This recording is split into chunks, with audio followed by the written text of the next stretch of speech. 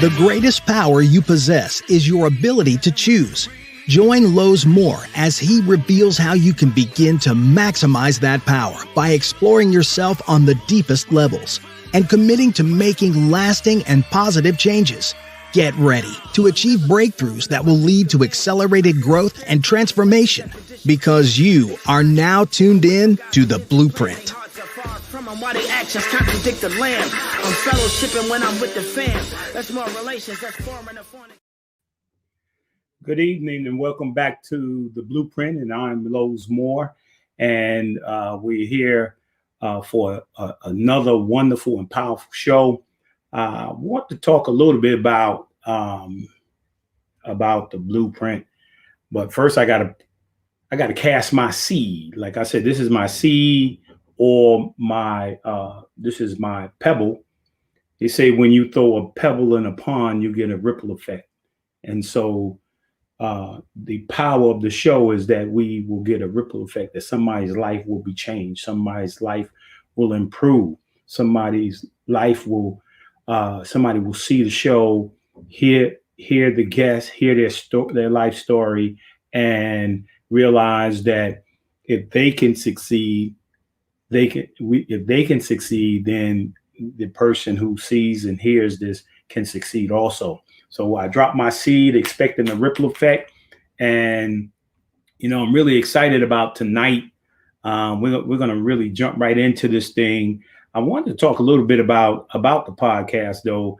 I don't know if many of you know that, the Blueprint podcast is about personal and lifestyle development. It's about, individuals sharing their stories, right? And then you having, getting an idea or a creative idea and saying that, oh, you can see their blueprint. Right? You can look at their life and see how they managed their life and they planned out their life. And so I have to do the same thing with my life. And so many of the guests that come on in lifestyle 7 spheres of influence, right? There are 7 spheres of influence. And so we try to address those needs. We try to address religion and relationship. We try to address family and education, government and law. We try to deal with media, business, finance, sports, arts, and entertainment. So a lot of the guests you see are in one of those 7 spheres of influence, or both. They could be in sports, arts, and entertainment, or they can be in business too. So if you're an athlete, entertainer, it's very important that you understand business. Sometimes you have to understand politics. Sometimes you have to understand media. Right. And also many of my guests all definitely understand that you can't do this alone. And sometimes you got to have faith. So that's what the Blueprint podcast is about. It's about a lifestyle development, developing your lifestyle, building a blueprint. And I always say, and I say this, before you can change the outside, you have to change what's on the inside of you. And, I always figure, like, however I'm looking on the outside, right, I have to change something that's inside of me first. Sometimes they say renew your mind. I always say you can renew your mind, but I say learn to renew your heart, right? Because things are just deep in your heart. They get planted in your heart, and you have to change your thoughts. So every week we have is it on the blue? I'm trying to figure out if it's on the blueprint, if we up on the blueprint page. So I want to continue. For this week, we always have a book of the week. And this week's book of the week, I think we can throw that up there. Yeah, there goes right there. Is one of our guests is Joey Davis, from Compton to Cleveland. I love this. Champions don't follow destiny, they create it, right? And I love that, man. And something that our former President Barack Obama said about Joey, it says, "Thank you, Joey, for the dedication you have shown.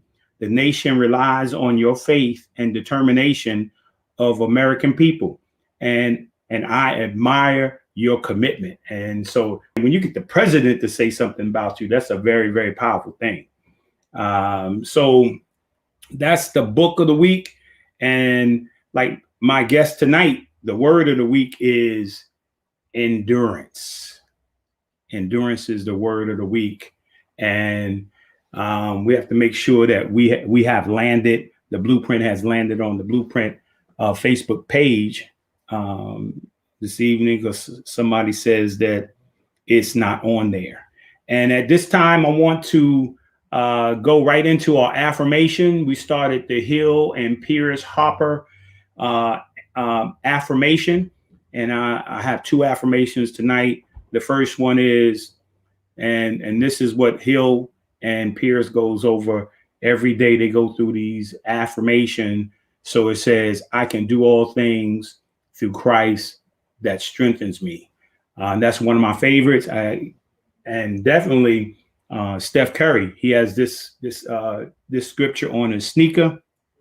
I can do all things through Christ that strengthens me. And then the other one is, my other affirmation is, and something that you could say every single day, I'm so happy and grateful now that I walk through my fears so I can achieve my goals and live my dreams.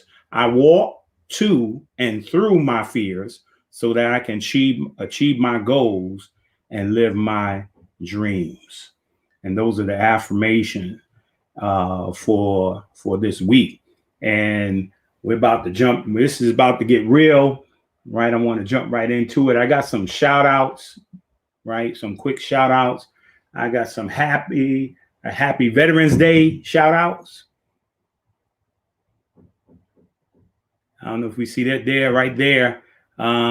Actually, to all the veterans, we're shouting out to all the veterans. These individuals happen to be some of my family members, my brother, my nieces, and my niece's husband. They all part of the veterans. We salute them. We salute my father-in-law. And this is my brother-in-law right here. And we salute my brother-in-law as well. And he was in the Air Force. And so we're just so proud of our servicemen. And so we also want to do a little shout out for our guest tonight. On November the 19th, right, on CBS Sports, there are going to be two fights on there. And AJ McGee is going to be up there. They're going to be at of course, I don't know if they have fans, but they're going to be at the Mohegan Sun, right? AJ is 16-0. And then we also going to have Joey Black Ice Davis, right? He's going to be up there as well. And man, he's 7-0. And we're going to talk to these guys, and it's just going to be office. It's going to be off the hook tonight. So without further ado, I want to jump right in here. We want to show a few highlights. Just each one of them for about a minute. And we want to start with the first one.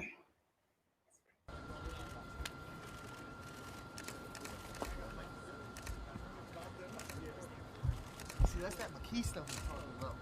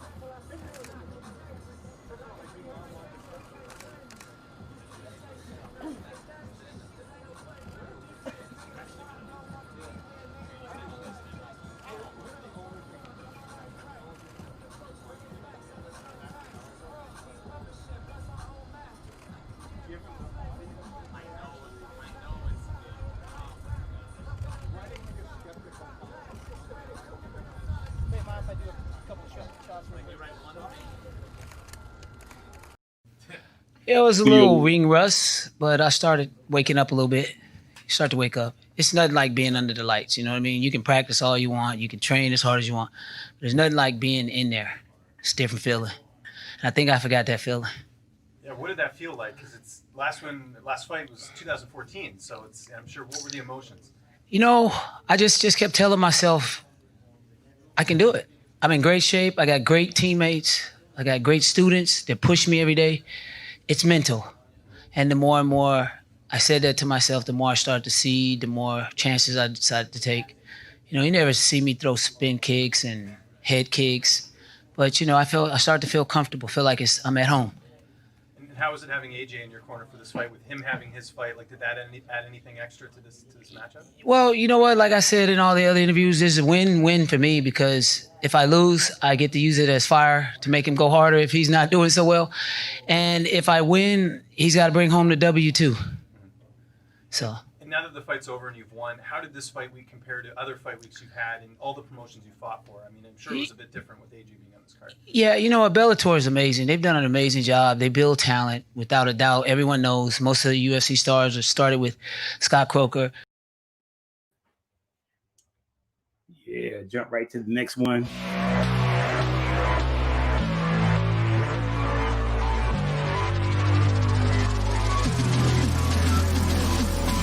AJ, the Mercenary McKee.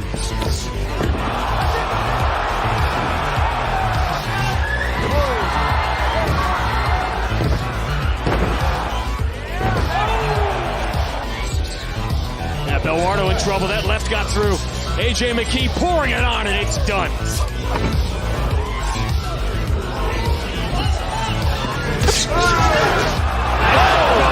Huge left.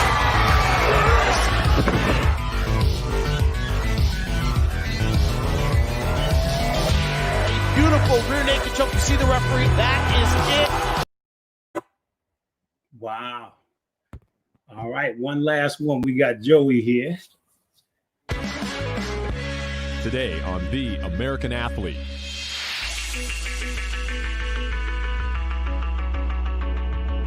It's Joey Black Ice Davis. You're at the Body Shop Fitness, and you're watching The American Athlete.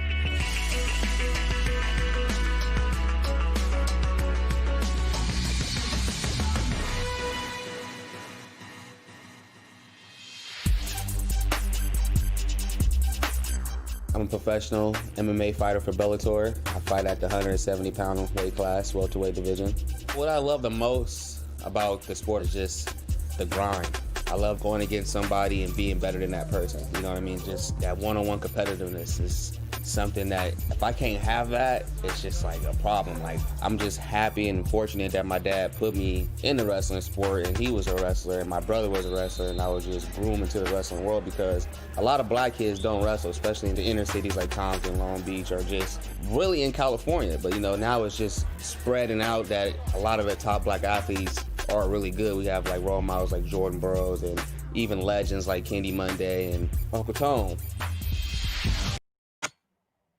Wow. So without further ado, I'm going to invite to the Blueprint Podcast Antonio McGee, AJ, the Mercenary McGee, and Joey Black Ice Davis.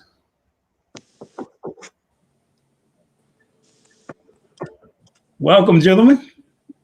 I gotta say this. I gotta say this before you get started, because everybody got a little fantasy in them, right? And so I gotta tell you like my boxing story before I jump in here with you. So I was a little kid, and I happened to see some guys go next to this library into this building into a basement. So I followed them in there, and I was 11 years old. And so I go in there. They got in the middle of the room, they got a big boxing ring, right? And I was like, oh, I like boxing, but I had never boxed before, right? So they said, hey, you want to learn how to box? I was like, yeah, I want to learn how to box, like that. So they said, okay, let's get up here. So they put the gloves on me. They're like 16 ounces or something like that. And so I get in the ring, right? And I look across the ring. There's a little dark-skinned guy, I mean, I was huge over him. He had these little glasses on, right? And I was saying to myself, I'm about to kill this guy, right? And so they took his glasses off, Both got up. They ring the bell. We tap gloves. They ring the bell, and he started beating the crap out of me, man. I mean, he started throwing blows from places I didn't know they could throw blows from. And I started, I'm from the project, so I started like wanting to get my gloves off and said, let's go at this for real, So that's when I knew I wasn't going to be a boxer, right? So welcome to the show, you guys. That's my boxing story. So good evening, guys. How you guys doing? What's up? What's up? Thanks for having us. I think that guy was me. Huh? I think that guy you fought was me. It probably was, because that guy, look, with them big gloves, I was barely swinging. I was swinging like, he was like, and I was like getting hit all in the face and in the stomach. No, that was the longest, 3 minutes is a long time. That was the longest 3 minutes I ever seen in my life, as a little kid. And I realized I didn't want to box, man. So, of course, my buddy Tony, of course you remember Tony, right? Tony introduced me to, I got my Zion shirt on. Tonight I had Zion on the show. And, Tony introduced me to Zion. He introduced me to your dad, Joey. Okay. Big Joey Davis. Yeah, he was hounding me the other day, right? He's hounding me. Yo, you got to introduce me to the Smooth, man. JB Smooth. You got to get me to him, man. I was like, what you know about JB Smooth? He said, no, I'm a comedian, man. I got stuff, man. You got to introduce me. So yesterday in the morning, we got on the phone with JB, and we couldn't get your father off, but we was like, come on, yeah. We got to get together, man. We got to do some and stuff. I was like, oh Lord. Your dad, boy, he's exciting. Yeah. And he's a big LeBron James fan. He said Absolutely. He was Michael Jordan. He said he was a Michael Jordan fan. Now he's a LeBron James fan. So yeah, fanatic. He fanatic. So each one of you tell me, because one of the things about the show, right, is we talk about the importance of family. So if you guys can share with me about the importance of family. I mean, we can go from the youngest to the oldest to the youngest. Just talk to me a little bit about family, because when I first started the podcast, almost 25 episodes, it was in the midst of the pandemic, because really the only thing that you had during the course of the pandemic and all the social justice issues that was going on, you could go to your family, right? And for me, family was, there's a part of your family that's dysfunctional, and there's a part of your family that's functional, right? But you love them all because they make you who you are. Right. So I think I'm gonna start with Antonio, man, because you're kind of quiet. Right. Antonio, talk to me a little about family, because you guys look like you're a family here. Right. But talk to me a little bit about it.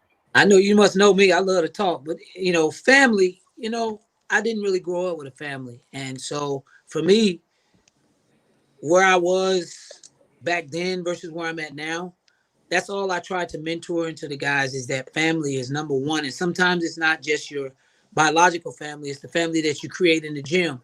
And that's why we're called Team Body Shop, because we're a family. It's something that's very valuable and very important. And I used to always look at the success of everybody, and they always had some type of family structure. And I came from no family structure. And so that was one of the most important things. Now, as I'm older, 50 plus years old, I now understand what and how important family is. And I've been trying to just grade that into my son's chest for the last 6 years.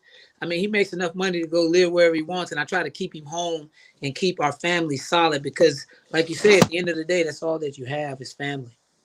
Yeah. So AJ, what do you think about that, man?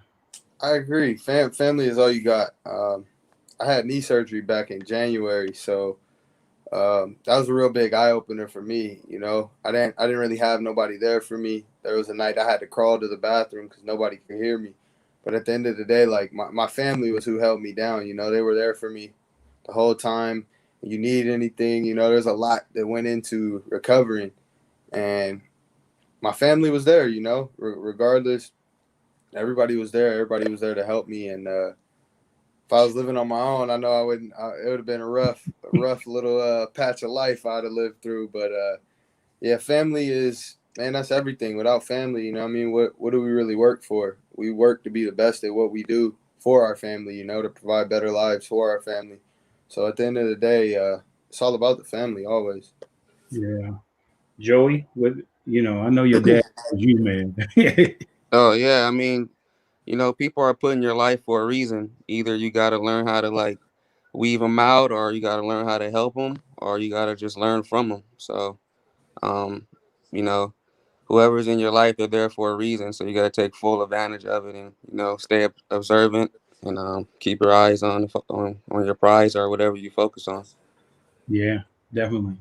And transitioning from, and I'm sure we will continue to engage in regards to family, because for me, if it wasn't for my mom and dad got divorced when I was like 11 years old, and through domestic violence, so forth and so on. So my brothers and my sister and I, came up in a single family home. So the best thing my mother did was give me a card for the boys club, right? Boys and Girls Club. And when I got to the Boys and Girls Club, I started to meet, I started to learn how to wrestle, to literally now start hitting although I didn't want to be a boxer, started hitting the boxing bag, started punching on the punching bag.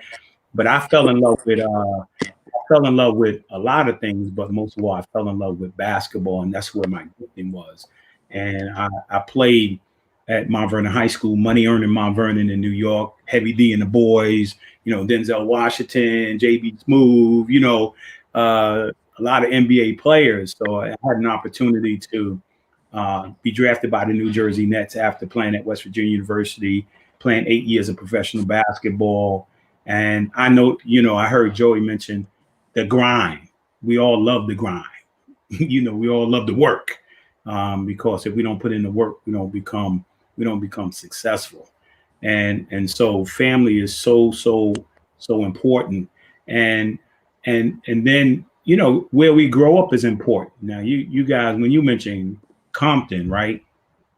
When you mentioned Compton, man, I got a little chill. I'm like, oh shoot, Compton, because you had heard so much growing up about Compton, the lifestyle, how tough it is, and so talk about growing up, because I'm trying to make it out of money earning Mount Vernon, the drugs, all the different things. There was some great things going on, but where my neighborhood was, there was some challenges.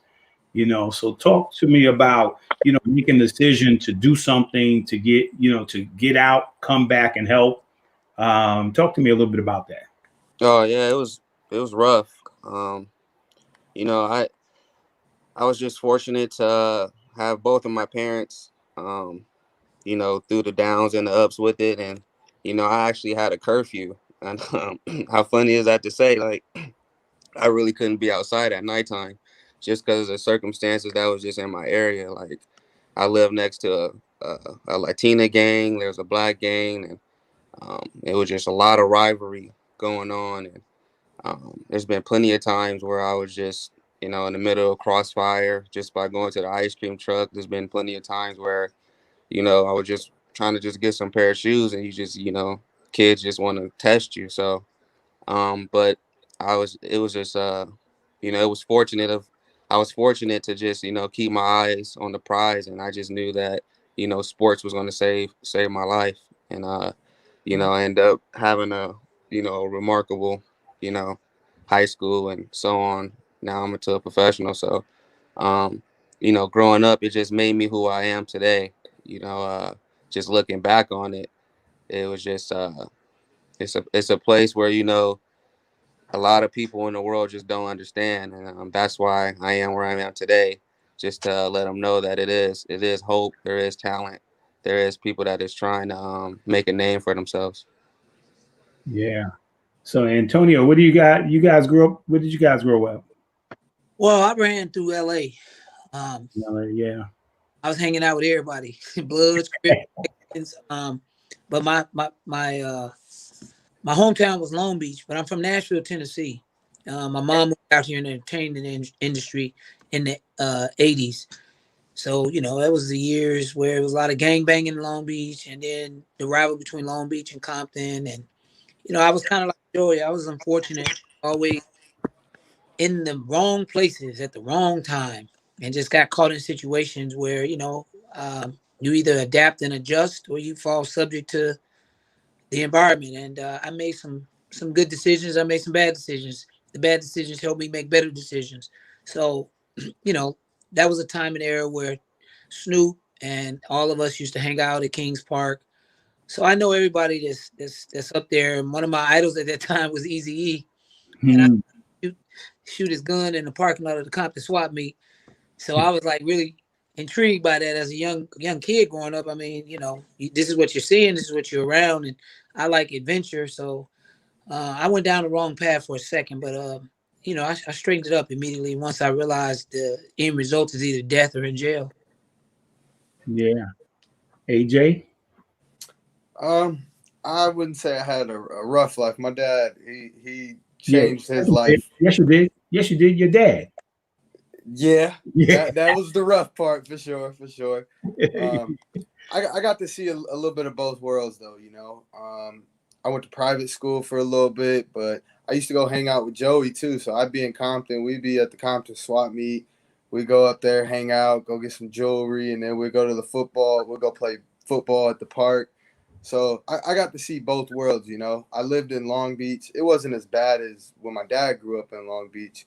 But there are definitely times, I had a lot of friends that died gang banging. A lot of friends, we used to just fight, I used to go from high school. In high school, I really loved to fight, and I was always a small person. So people would like kind of pick on me, Like, oh, you're a little dude, shut up. And I'm like, well, what's up? Like, you want to fight? Like, so I used to be a little hothead. My dad used to have to make a lot of phone calls. I ended up knocking out one dude, and it became a big problem because he only came to school to like sell dope and hustle, And I was playing rugby with my friends, and he booted the ball.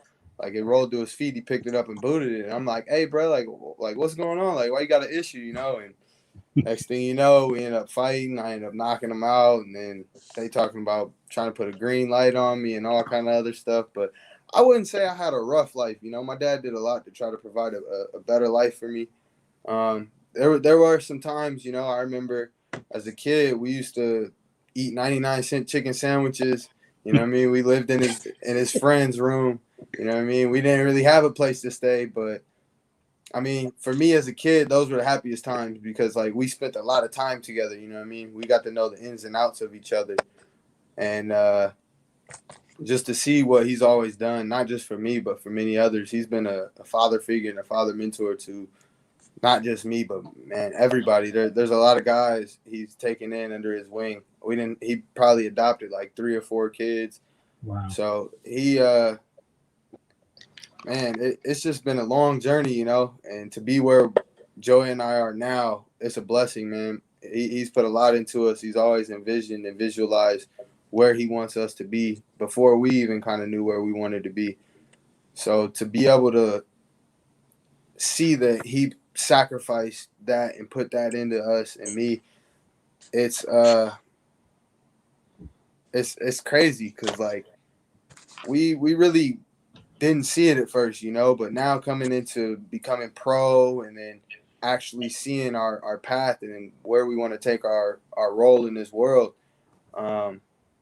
he's kind of seen it all before us, and he's planned it all. So for us to be on the right path and to be undefeated and winning and doing everything right, it just shows God got a plan, and sometimes we can't see it, but his plan is always going to work. You just got to stay on course and stay motivated. That's key to life. Don't worry about the recognition. Don't worry about the clout. Like all that'll come.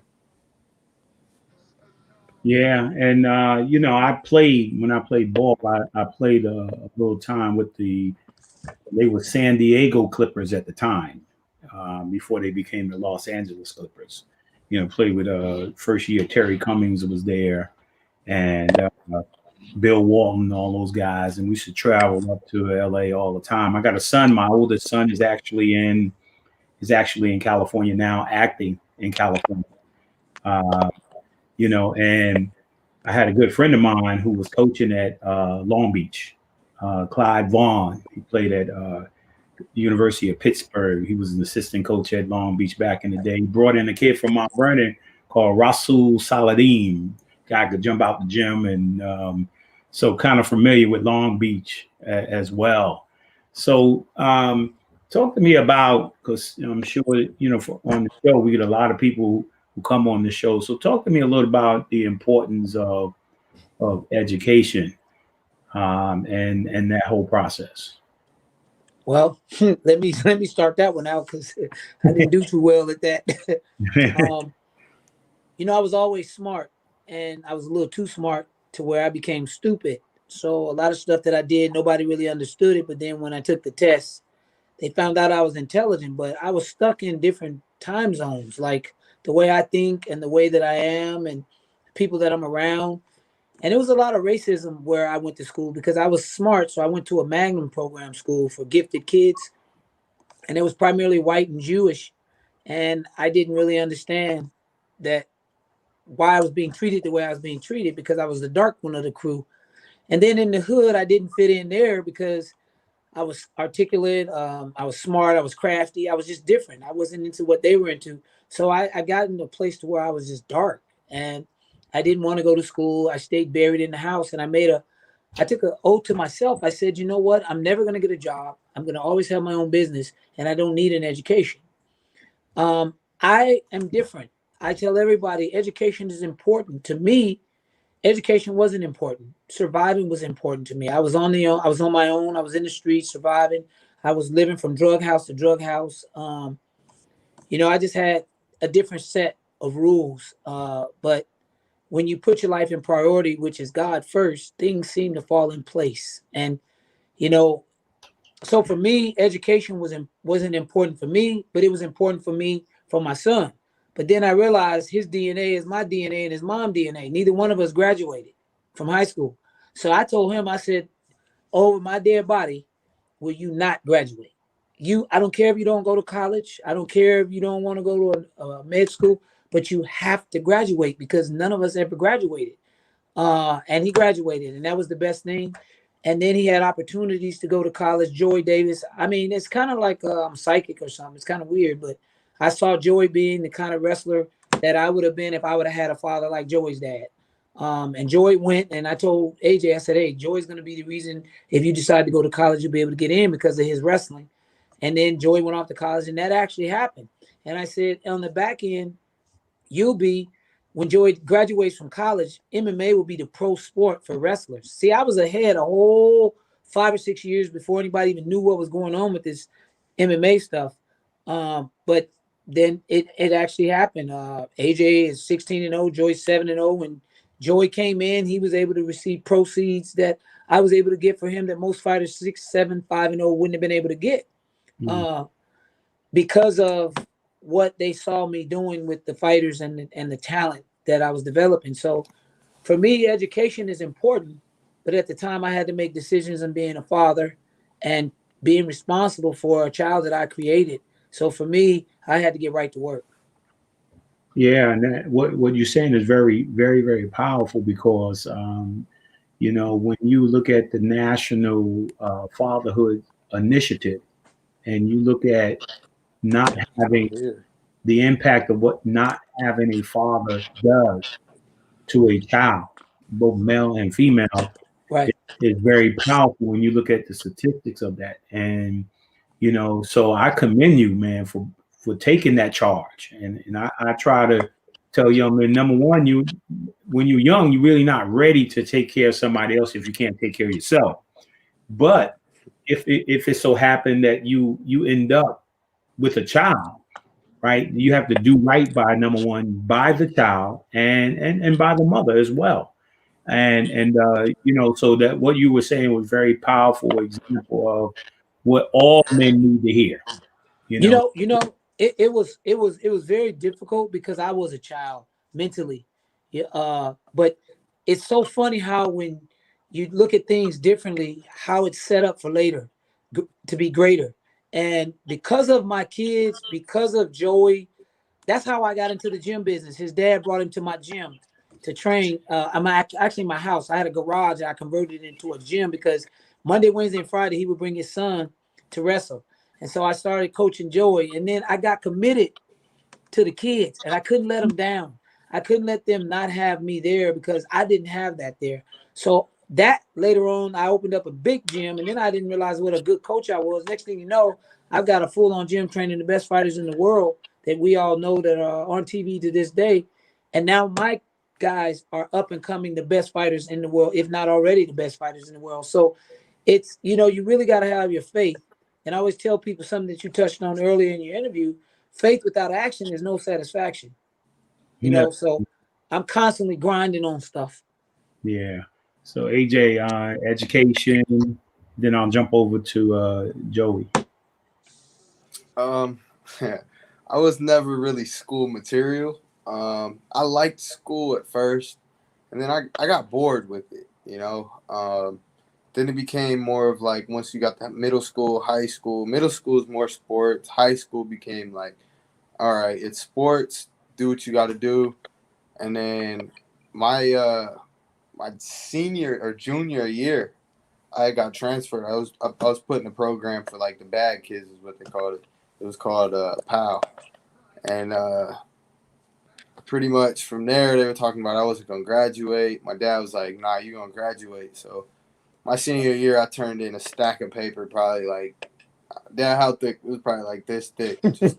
I made up like 40 credits. Wow.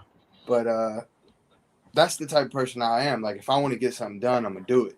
So, but like school for me, it was boring to like sit there day after day and learn thing after thing when like I know I could just mentally tough it out and knock all of it out. So my senior year, my dad was like, you're going to graduate. So I'm like, all right, cool. Let me knock this out. So I went and sat in, there was a teacher, what was his name? Mr. Frank. Mr. Frank helped like all the special needs kids. And I had some problems with some teachers. One teacher, someone threw a bottle at a teacher, and I got blamed for it, but I wasn't going to snitch. So, like, I took the heat for it, but, like, the principal knew I didn't do it. So, like, I'd just get my work and go sit in Mr. Frank's class and knock my work out. And then, like, I was free to do whatever I wanted for the rest of the day. He'd let me play on the computer or, like, just mess around. I'd help other kids out.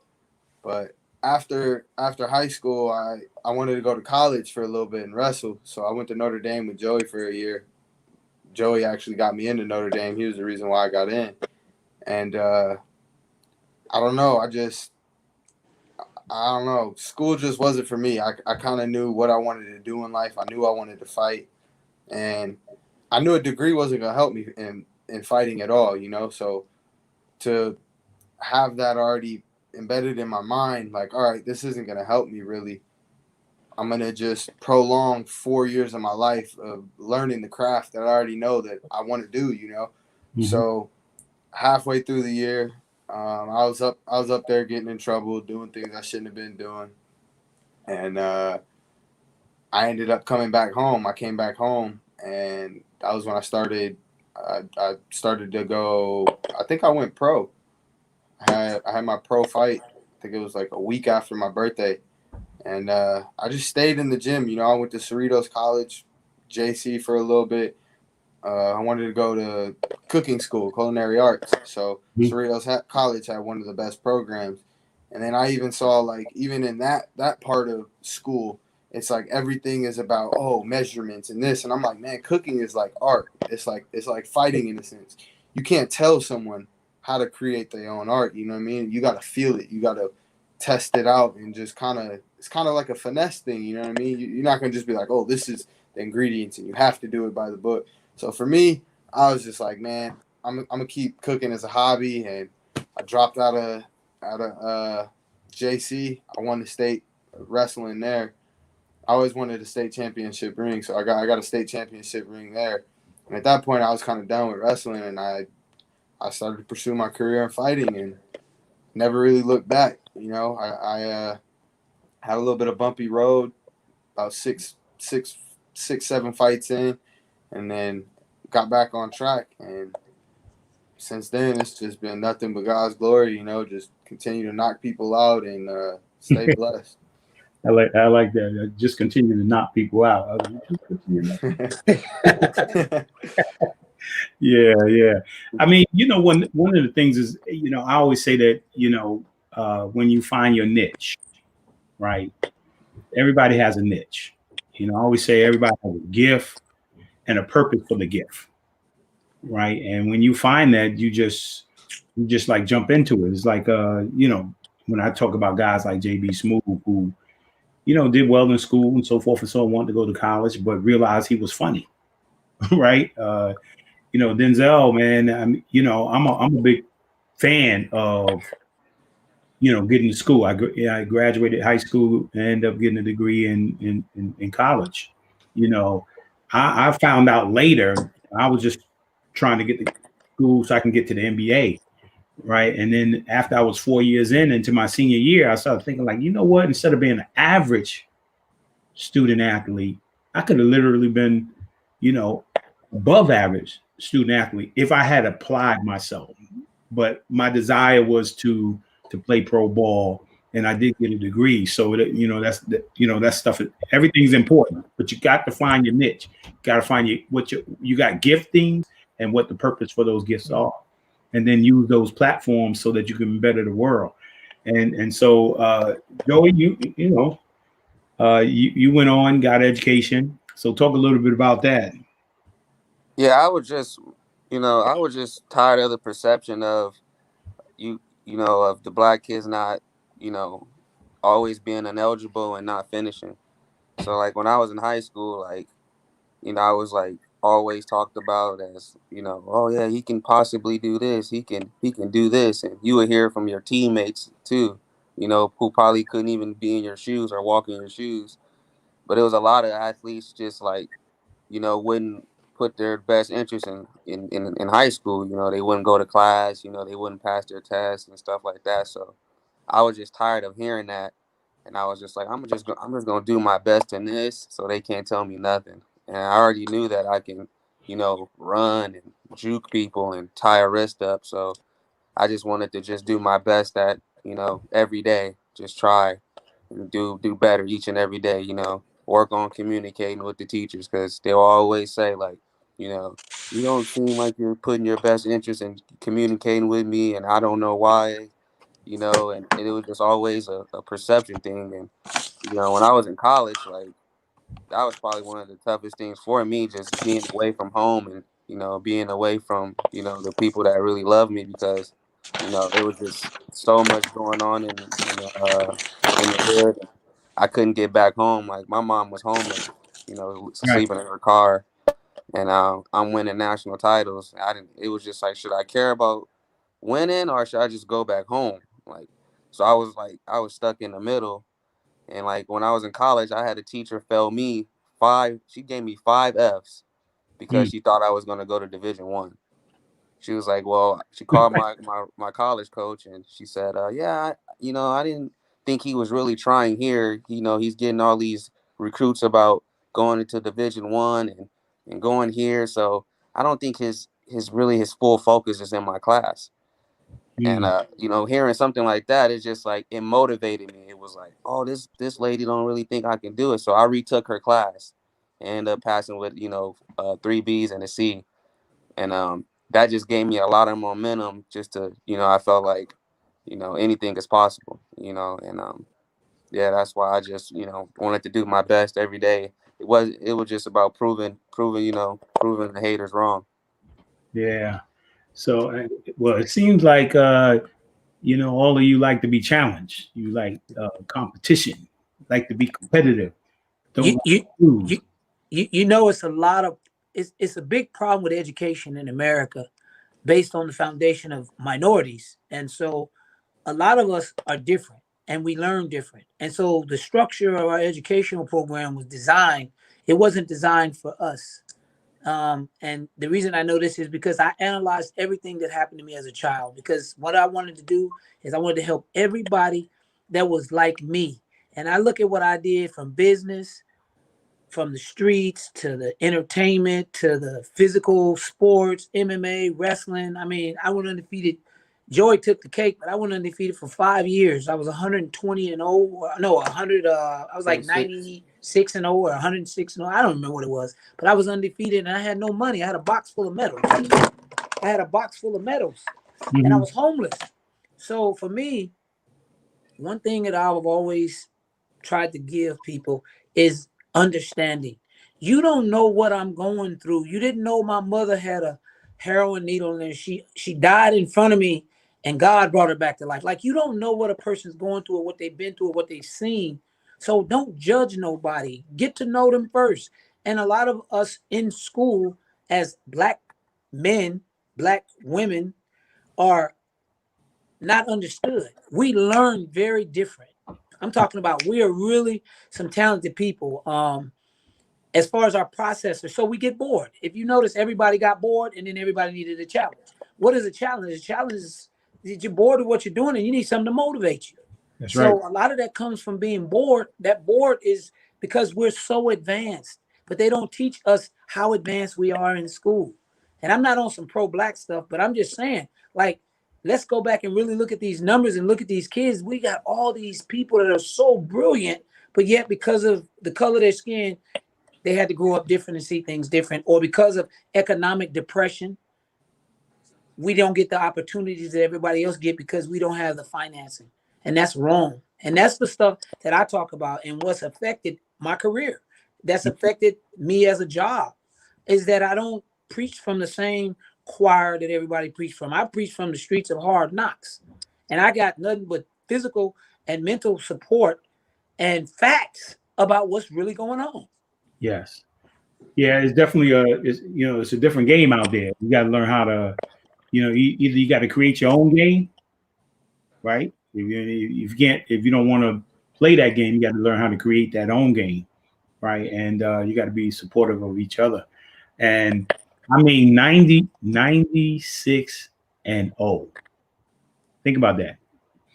I remember when I was a big UCLA fan, right? That was one of the schools that had an opportunity to go to with the great John Wooden.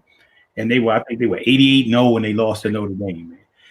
Everybody always have a problem with winners. I don't understand that, man. If a person win too much, you winning too much. I mean, what is that? Every time you get into a competition, everybody's trying to win. And 96 and 0, 88 and 0, and Joe, you was in college, man. 133 and 0. I mean, wow, unbelievable. Yeah, I mean, how do you do that? I mean, how do you stay that focused for 4 years of college? I was just fortunate with a great team. They motivated me, and I had teammates that were national champs that would say you think you can do what I did as a freshman, and I would just be light a fire in me, yeah, I want to try that. Or I have a 2-time national champion that was a transfer that would just be I'm gonna take your spot, because it's just so competitive in that room. Everybody just wants to be on top, and everybody just wants to win, and we end up just combining that, and we made a unit, and we came together, and I had my sophomore year at the school, we were the first school to have 4 national champions back to back, in a row. And we made history like that. They should do a 30 for 30. And then by the time I was a senior, we had 2 national champs. So it was just a great situation. Yeah, man. I mean, let me tell you something. Winning is an awesome thing, man. Because when I was in high school, man, we never lose, in my brother, we never lose in regards to basketball. But our track team, our wrestling team, now football team, you guys should have came and played for them because they were not trying to win.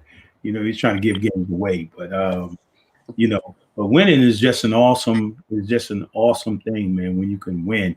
And when you get that platform, there's so much you can do with it. But getting into, I'm gonna start with Dad first, man. How did you get into the whole boxing, from wrestling to boxing, and then for all you guys. Now you're in this, you currently, and Dad, I mean, Antonio, come on, man. You were 49 last year. What, year before last, you was fighting? I like to, okay, well, this is an easy one for me. Let me tell you something. I started out working with Freeway Rick. Okay, and I left for Freeway Rick. Then I worked with some other big honcho from Grape Street. I could tell you a whole bunch of guys I work for, but let me just tell you this. I like to fight. I love to fight. I don't give a shit what we doing. If you want to fight, I don't care who you are, what size you are. I just want to fight. I like to fight. My daddy was a boxer. He was a Golden Glove champ. I like to fight. And it is what it is. I grew up with violence and fighting. So for me, it became a nurture for me. It nurtured my issues. It suppressed my demons. Every time I did it, I just felt so good about it. But I didn't go start fights. That wasn't the kind of guy I was. I fought to help people that couldn't protect themselves. I fought to help people that were getting bullied. I was that kind of guy. I wasn't the kind of guy to just go start a fight. So I just like to fight. And that's why I understood my son. It's in his blood. I mean, I tell people all the time, you have to look at the creation of the child, the mother and father, and the mother's father and mother's father, or the other side, mother and father. That's who that is.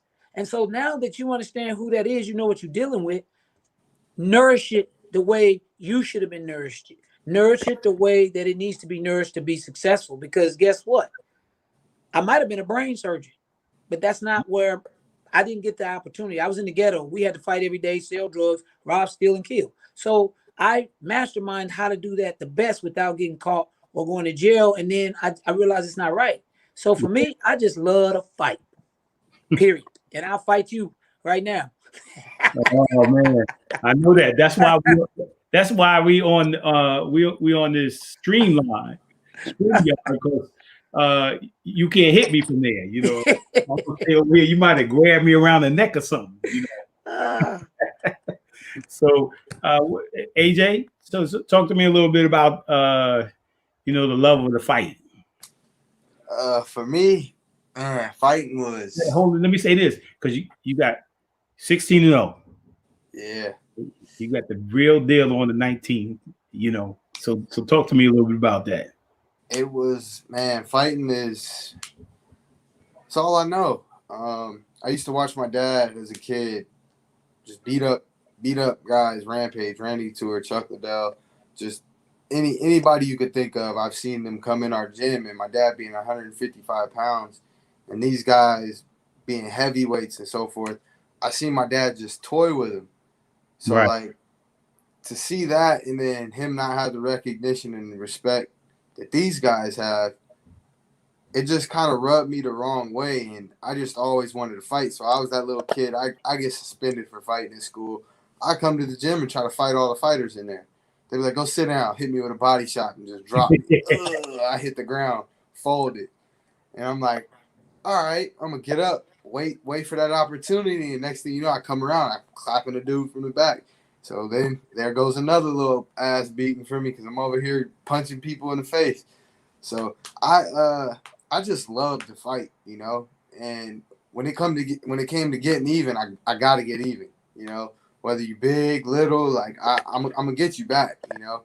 So transferring that mindset into fighting, and then going from high school fighting in alleys, and then not really having an amateur career because amateur wasn't around when Joey and I were kids. So we used to just go to gyms and like we'd be 11. I'd be 11 fighting 13, 14-year-olds. Joey would be 12, 13 fighting 16, 17-year-olds. That was the only competition we could really get because of the level of wrestling and just fight that we had in us. We wanted to win. So then going into fighting, I had a couple amateur fights. I lost one amateur fight. And that was probably the worst feeling in the world for me.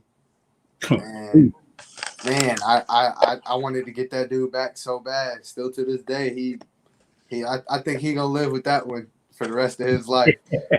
But that was that one, you know, and I wanted to make sure that never happened again. So then going into fighting, I came out with a lot of fire, you know. My first fight, I'm like, man, this dude ain't getting out. He ain't getting out the first round. I go in there, finish dude in the first round. Second fight, first round finish. Third fight, first round finish. And then it became a point where, like, I'm like, man, to me, there's stats in MMA. So it's not just about, oh, you 16-0. Like, yeah, Floyd's 50-0. He's got this great career. But let's look at the stats. How many finishes, how many first round finishes? For me, it's the stats. With 16 fights, 11 finishes. I want to continue to just knock people out and win in stylish ways that people can say, oh, it's lucky. Oh, he got lucky. Oh, he fights wild. He fights crazy. Yeah, but that's me. You know what I mean? If anybody knows me, you never know what kind of fight you're going to get.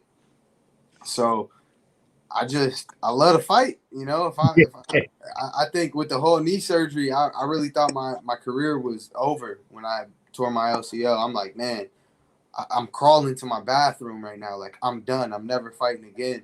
So to be, 9 months later, and here I am getting ready to go in the cage and continue on one of my childhood dreams, fight for $1 million and for a world title at the same time. It's surreal. It showed me that the mind is very powerful, and anything you want, you can accomplish. You just got to put your mind to it and clear out all the bad thoughts in your mind. Early on in my career, I had a lot of family stuff going on, a lot of just life stuff going on, partying. We living in a loft with 5 people, taking care of other people. Here I am, I'm 7-0, and I feel like I'm not getting anywhere in life. So I'm like, man, they're not giving me the recognition I deserve now. And I already watched this happen with my dad. So mentally, it really kind of broke me down a little bit. And then there was times I'd break my hand, end up fighting with a broke hand. So I would say that mental check of like, all right, you gotta wipe all that stuff out and stay tunnel vision, stay tunnel vision and keep your eye on that goal. And for me, I mean, my first 2 goals was I wrote myself $1 million check when I was like 12, and I said I want to be a world champion. So both of those dreams will be accomplished within the next 7 months, 8 months. I gotta go beat up Darian Carwell come Thursday, and then after that, Patricio Pitbull, he's the man with the belt. So he's actually the champ. I said I was gonna be a champ. He did that. I said I was gonna be a champ. Conor McGregor did it. So people are doing things that I've said I'm going to do before I get to do them, but I think I'm gonna do it in a better style, better fashion. Right. Yeah. I like that, man. Yeah. I like the win, man.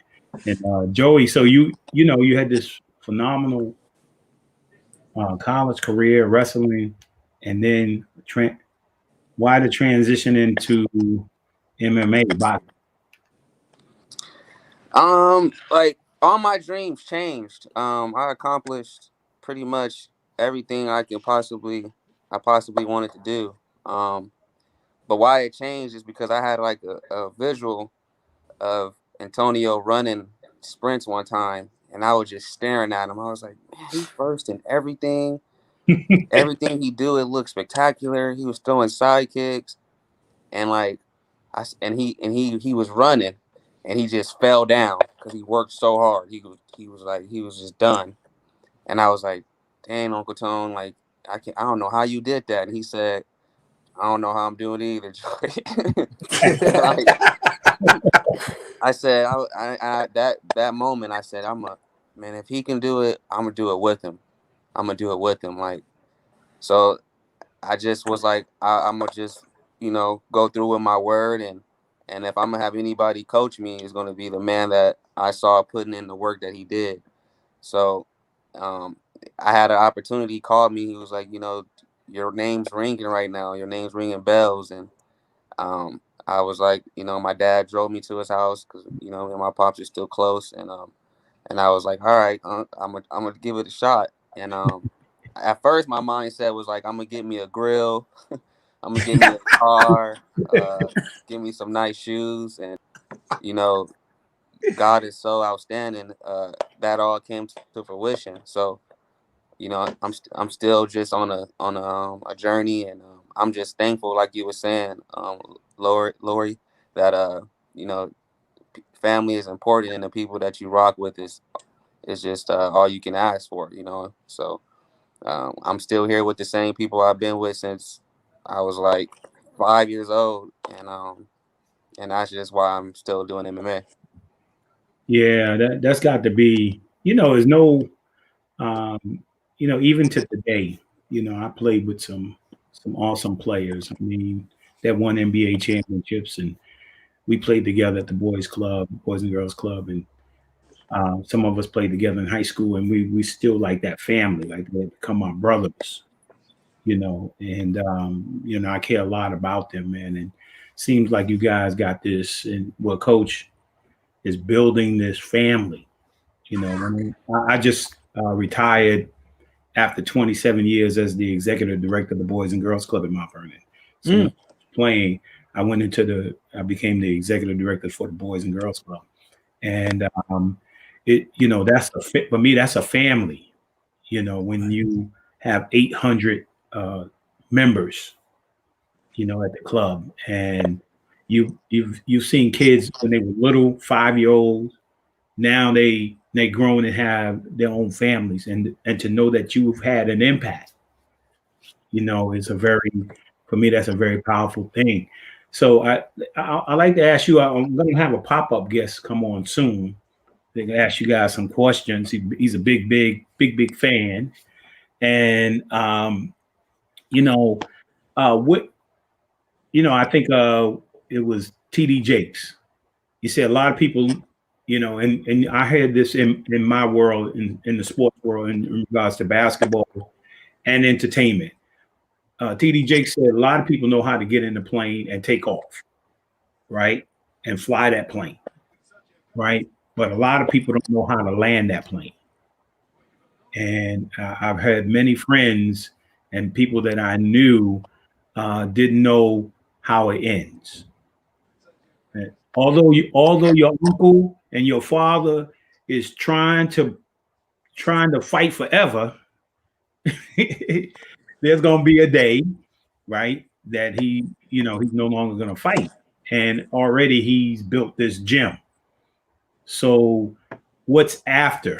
I mean, I know you guys are young, right? But I always say it's so important that while you're young, right, you learn how to land the plane, right? And because I was just basketball, started having my family, right? So I'm married 37 years, right? I got 4 kids, my daughter just had a grandson, right? And I didn't know how to land the plane, man. I got stuck when I get my basketball career was up. I just got stuck. I didn't know what to do.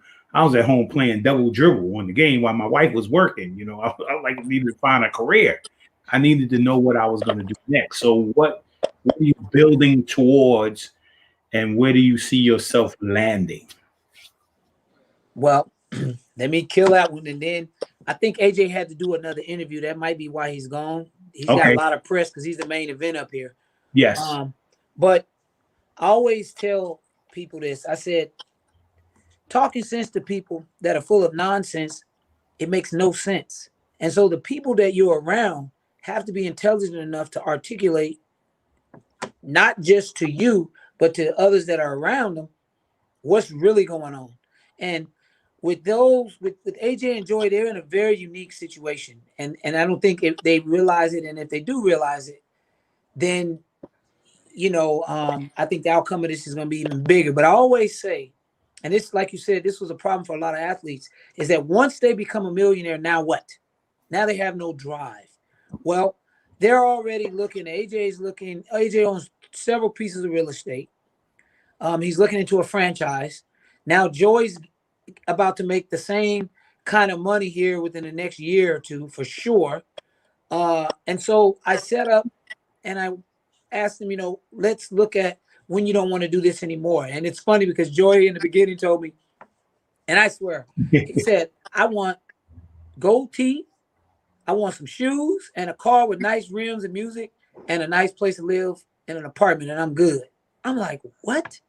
So everything is a process. So he's starting to see it different now.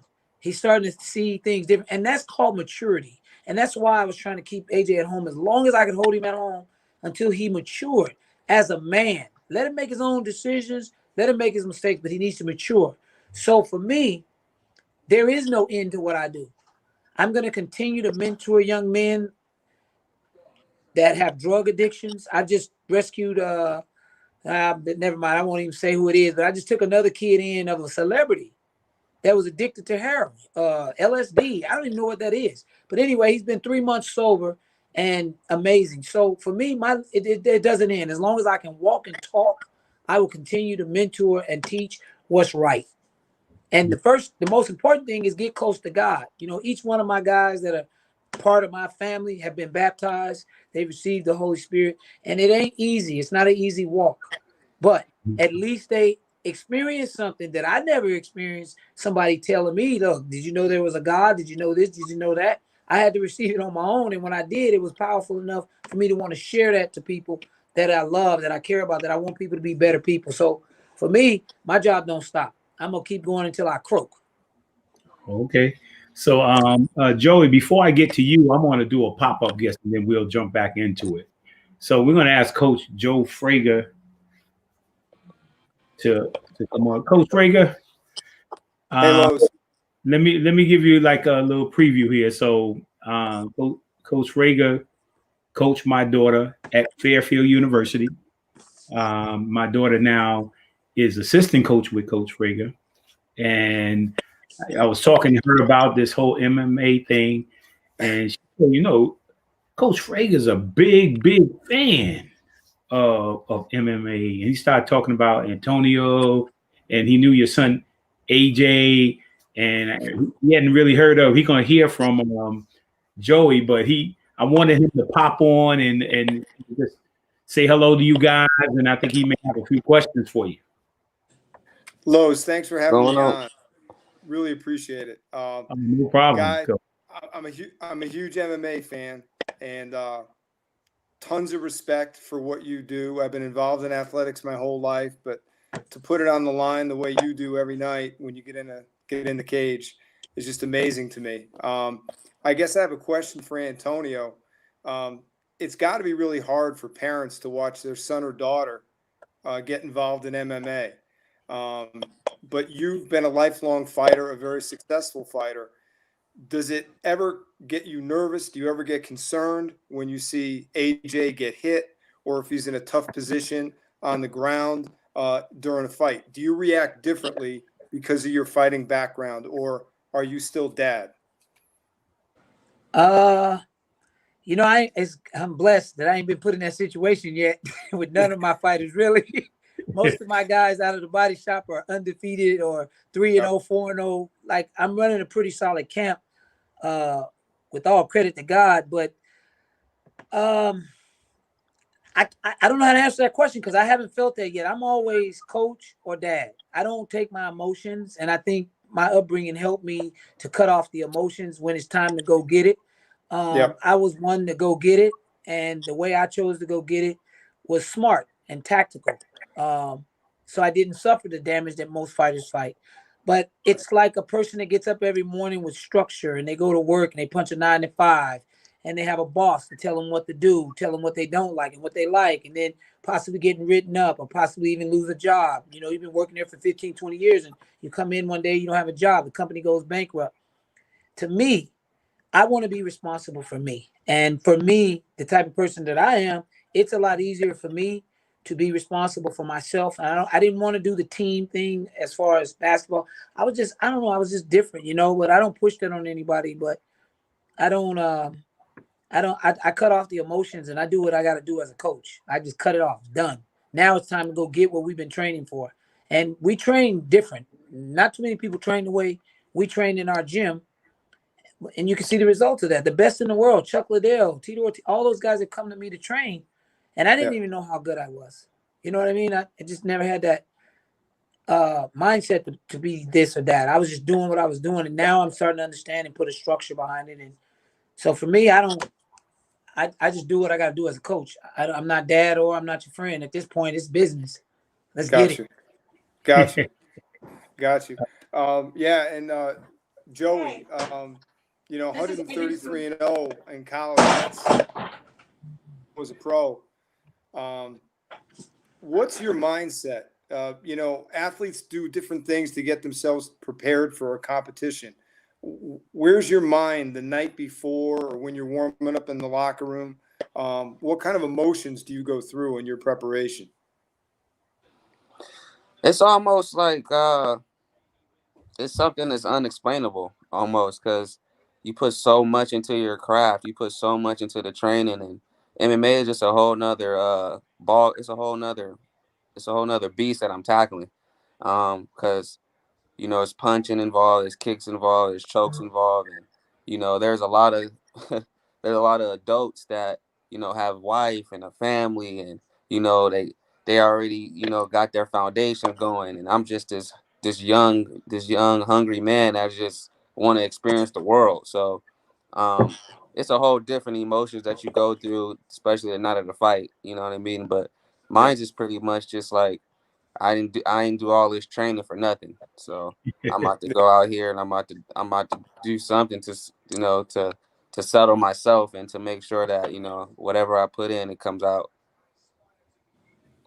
Yeah. No, that's I just I don't have experience as a fighter. I played basketball in high school. I played baseball in college. Been involved in athletics and coaching my whole life. But I know when my son played high school football, he'd take a big hit, and I just come on, please get up, and you just get those different emotions as a parent. But I just want to wish you all the best, Joey, and to AJ. I know he's on another media assignment right now, but you guys are going to do fantastic on the 19th. We're going to be 8-0 and 17-0, and I look forward to following your career. And Antonio, keep up the good work, man. You're turning out some great fighters. Thanks, Joe. Thanks, Joe. Appreciate you. All right, Lowe's, All right. Congratulations on Sherelle's engagement. Patrice, too. Thank you, Coach. Yeah. She seems to be very, very happy. She's a happy young woman. Thanks so much, Lowe's. All right. Thank you, Coach. All right. So, that's Coach Frager. He's the head coach of the women's basketball team at Fairfield University, and he's a big MMA fan and also a boxing fan as well. And I got one more story for you guys, man. We're going to end here in about 15 minutes, but I got a big story. When I was a little kid, I was in 42nd Street, and you guys been in New York before? Yep. Yeah. Okay, so you've been down Times Square. Mm-hmm. Right? You know how crazy it is, right? Oh yeah.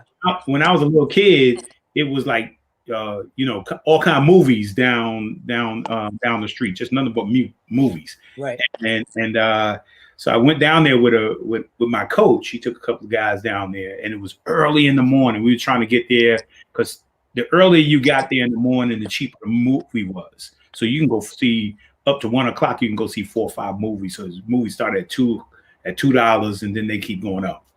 Right. So I see a crowd, man. I'm thinking like it's a fight. I mean, there's so many people, right? Just packed in there. And so we kind of, as little kids, we kind of wiggle our way through. We wiggling our way through. And we hear somebody talking like, yeah, man, you can't hit me, man. You can't hit me. I'm too fast, man. I'm too beautiful, like that. So we finally break through, and there was Muhammad Ali. Right. As a little kid, I was like floored. I was like, oh my God, it's Muhammad Ali. And he was like throwing jabs, and you couldn't even see his hands. He was shuffling his feet, and you couldn't even see how fast his feet and hands were moving. But man, let me tell you something. I mean, he's one of my heroes. He took that platform of boxing, right? I had the opportunity to go to Louisville, Kentucky, and the Muhammad Ali Museum. He was just a tremendous humanitarian, right? He used his platform well. And, in my estimation, just probably the greatest fighter ever in boxing. But, it was just an awesome thing. Looked like we're losing some guys. But, Joey, while you're on here, talk to me about, and Antonio was just mentioning it about faith. Talk to me about what that means to you, how important it is. Oh, it's tremendously important. Omega Allah is all through me. I believe highly, because I know that he was here in the beginning and he's going to be here to the end. So my dad preaches, since I was a little kid, keep God first always, and he installed that in me on the bad days, on my great days, on my okay days, and ever since then I just knew that I had a purpose, and because it starts with your dad, and that's how you learn, and because you never know what your dad's going through. You know what I mean? I know a lot of the times, my dad wouldn't want to explain to me certain things, or certain things I was just too young, and etc. So the Omega Allah is just that's my everything. Is my faith. That's what I go to for any answers I need, any doubts, or anytime I'm just feeling like I don't know why. Like, why do I got to do this? Why do I got to do that? And he answers. He answers because I know I complain to him a lot, and but I always find a way to come out with a win. Yeah. And, Antonio, I asked Joey about the importance of his faith. So that was a question. And you were just talking about that before, would you like to elaborate a little bit more on?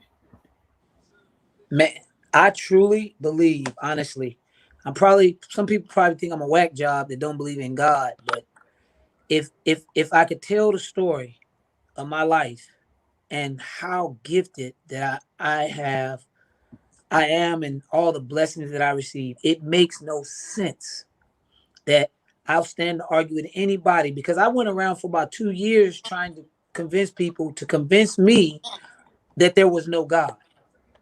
Because, I was dealing with a lot of different type of people, and when you get up to the higher ups, when you get up into the political people who write laws, and the historical people who know what they know, they were trying to convince me there was not a God. But the things that I've been through and experienced, you can't tell me there was no God. Who was that talking to me? Who was that telling me to tell this man go that way, and he didn't go, he went the other way and got shot in the head?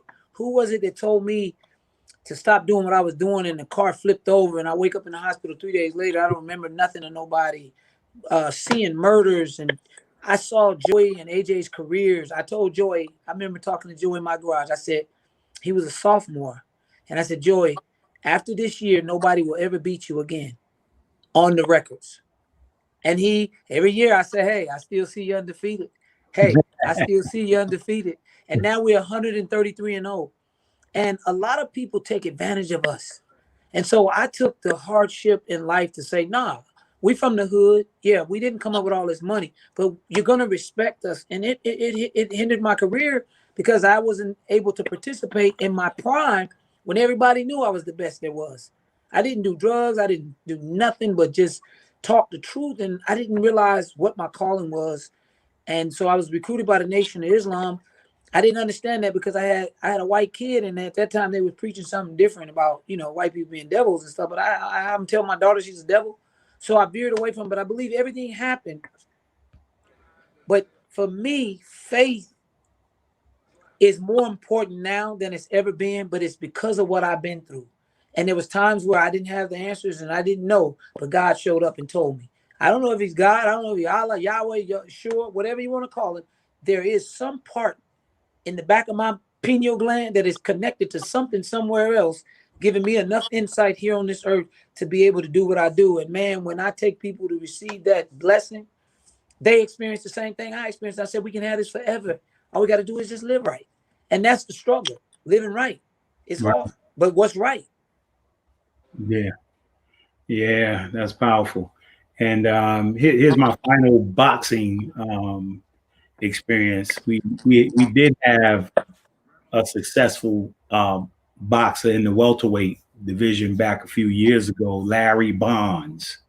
He ended up, he was 44-3-1.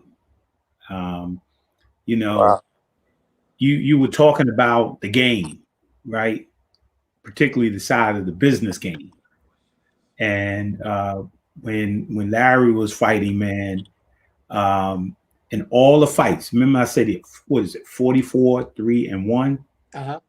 And it wasn't until he fought. I'm looking at his name now. He fought one. He had one big fight, Felix Trinidad, for the national championship, and that one of his loss was to Felix Trinidad. That was his biggest fight, his biggest payday. I think it was like 150,000. Right? You can't fight 40. You can't fight 44. What 44, 47 fights, and only one of them is your biggest payday. You know, while everybody got fed off you. And the only time he got out the YMCA was after that one fight. Right. And that's the game you're talking about. Right. I mean, you know, you there's a game out there that you have to learn to figure out how to play that game. You know, but I see Larry all the time, man, and you know, he's a great technician, little guy, but great technician, and he should have his own gym, just like you. He should be training some of these young kids because he's just a beautiful spirit. And so I salute Larry Bonds and you know, and all that he's done for here in the city of Mount Vernon. But I want to thank you guys, man, because this was awesome, man. I think the final question I have for you guys is, you know, I get a number of people who view the show, right? And young people as well, and parents. So what would you say to a young person? You know, what would you say to a young person today to encourage them, to help them to move forward? Give them some words of advice in regards to whatever they're going into, whatever their gifting is. Give them some impactful words. Go ahead, Joey. Yeah, I love that question. Anything you believe you can achieve. That's my motto. And honestly, that's the first thing God put in my head when I was you know, very lonely, and I thought, you know, I couldn't succeed in the things I was doing. And I actually, you know, got it tatted on me. It's in the words up here. It said, "With God, you can achieve anything." And that was one of the first things that was messaged to me. And that's one thing I would tell each and every kid, you know, who doesn't, you know their worth or know their talent, you know, or anything like that. It's one of my favorite mottos, and I'll always live by it. Wow. Well, I'm gonna hit that one right there with him. I'm a strong believer. You have to know yourself, know who you are, have an identity, and that identity has to connect with the God that created you, or the God that's in you. It's in you if you really want it. If you get stuck on how to find it, call me. I'll show you how to find it. But first thing is to know who you are and know that you are a child of the King, God. And then from there, what is your focus? What's your gift? What are you supposed to do here? If you know who you are and you know who God is and you know the God is in you, it's real simple at that point. And I'm gonna leave that to those who don't know. Find who you are, identify who you are, find the God that's in you, and connect with it. And it all takes care of itself. It really does, but you have to be a believer. If you're not a believer, find the universe. You want to talk about the universe, the law of attraction. What are you attracting? Then who are you? If you're attracting these type of people, then what does that say about yourself? You know, so for those who don't want to be very spiritual, and tie everything into God, you can also tie it into the laws of energy. And God created energy too. So either way it goes, we're going to serve him. You might not call him God, but the law of attraction is real. And so if you want to be successful, then you have to deal with successful people. You have to hang around successful people. And like I say, just find the God first. Find God first. Identify who you are first. Then find the God in you. Connect that dot and then you can serve your purpose, because a lot of us don't know our purpose. We go through job after job, doing this, doing that, and we settle. But those that are happy are serving their purpose. I'm happy as I don't know what. And I don't think my life is nothing to brag about. I deal with a bunch of crazy fighters that want to hurt people. But I love it. And I'm happy with it, because that's my purpose, is to bring those men, not to be the best fighters in the world, but to be the best men of God in the world. And that there, man, that's all I have to say. Wow, you guys have been really amazing tonight, and I'm sure that when I dropped that basketball, it was like a miniature basketball that I use every week. I drop on the floor. Because when I wrote my book from the Boys and Girls Club to the NBA, Life on the Narrow Road, my favorite scripture is, broad is the road that leads to destruction and many find it, but narrow is the road that leads to life and only a few find it. And the goal of the blueprint is to help people find that narrow road, right? It's very easy to get on that wide road. And as you all know, the temptation is out there. The test is out there. Absolutely. When you get on that narrow road, man, and you both mentioned it about being focused, right? Find that gift, find that purpose, stay focused. So I really want to thank you guys for taking the time to come on tonight. I know you guys are focused, right? Focus on the 19th. You guys are going to be blessed, man. And you guys are light. There's a lot of darkness out there, man, but you guys are light in the midst of that darkness. So again, thank you guys for coming on. Appreciate you, right?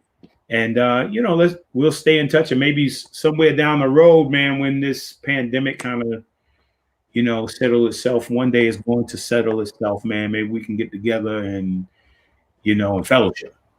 Oh man, I love that. The blueprint of Black Lives. Yeah, that's right. So it's still a learning process for me, but yeah, man. But we're gonna share your story, man. We're gonna share you guys' story, and a lot of people are gonna listen to this. So, and they're gonna be encouraged, man. And my wife just said, "Good luck, Joey." Thank you. He said, "Good luck, AJ."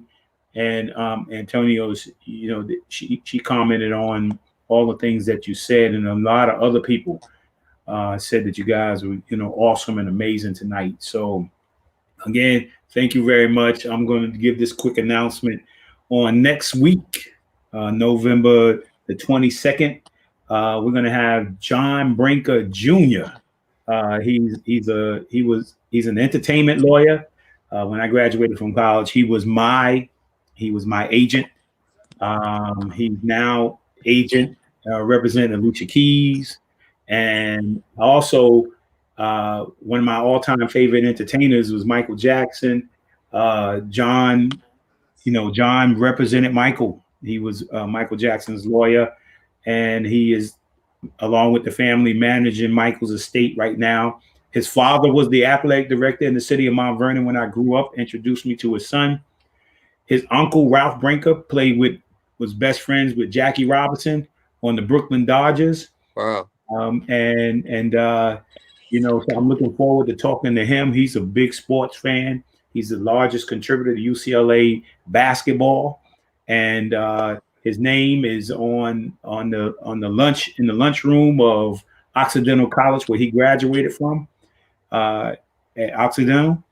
And I'm looking forward to have a conversation with him. Following him, we got John Stocks from the New York Knicks, former player from the New York Knicks. And then we got Dr. Janice Hilliard on the 6th. And we got comedian talent on the 12th, on the 13th. And then Brandon Victor Dixon from Power and the play Hamilton will be on December the 20th. And so I look forward to us dropping more knowledge, more information. And again, Antonio and Joey, I'm sure we'll be in touch. Man, God bless you guys, man. God bless you too, Lois. Yes, sir. Enjoy the rest of the evening.